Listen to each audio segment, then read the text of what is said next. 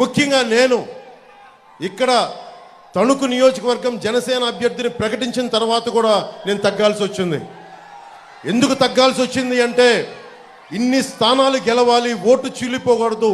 దాంట్లో భాగంగా మా అన్నయ్య నాగబాబు గారి సీటు కూడా అనకాపల్లి పార్లమెంట్ అభ్యర్థిగా ప్రకటించి కూడా మన భారతీయ జనతా పార్టీ కేంద్ర నాయకత్వం అడిగినప్పుడు దాన్ని నేను తీసుకొని మా అన్నయ్య గారికి కూడా క్షమాపణలు చెప్పి పెద్ద మనసుతో అర్థం చేసుకోమని నేను తగ్గాను.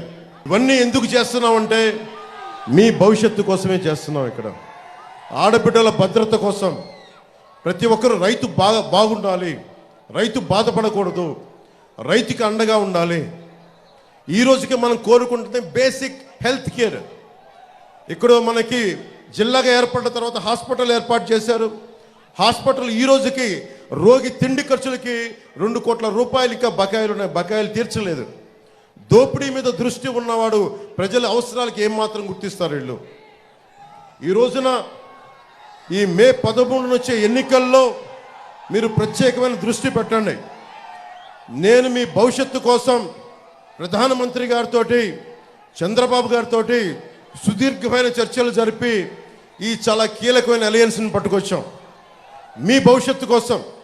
నాకు అధికారం లేకపోతే నాకేం జరగదు, చంద్రబాబు గారికి అధికారం లేకపోతే ఆయన ఏం జరగదు.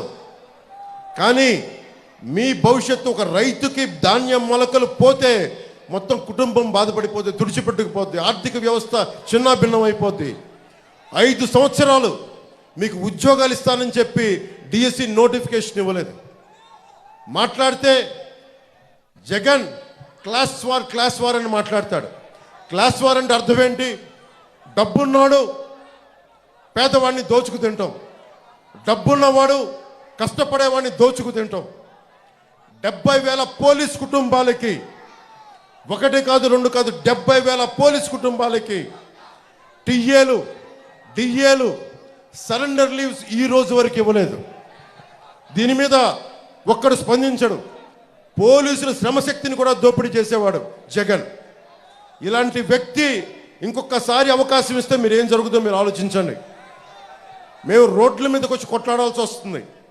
మీ భవిష్యత్తు కోసం ఉన్న ఇక్కడ మంత్రిని చూశారు, సివిల్ సప్లైస్ మంత్రినే.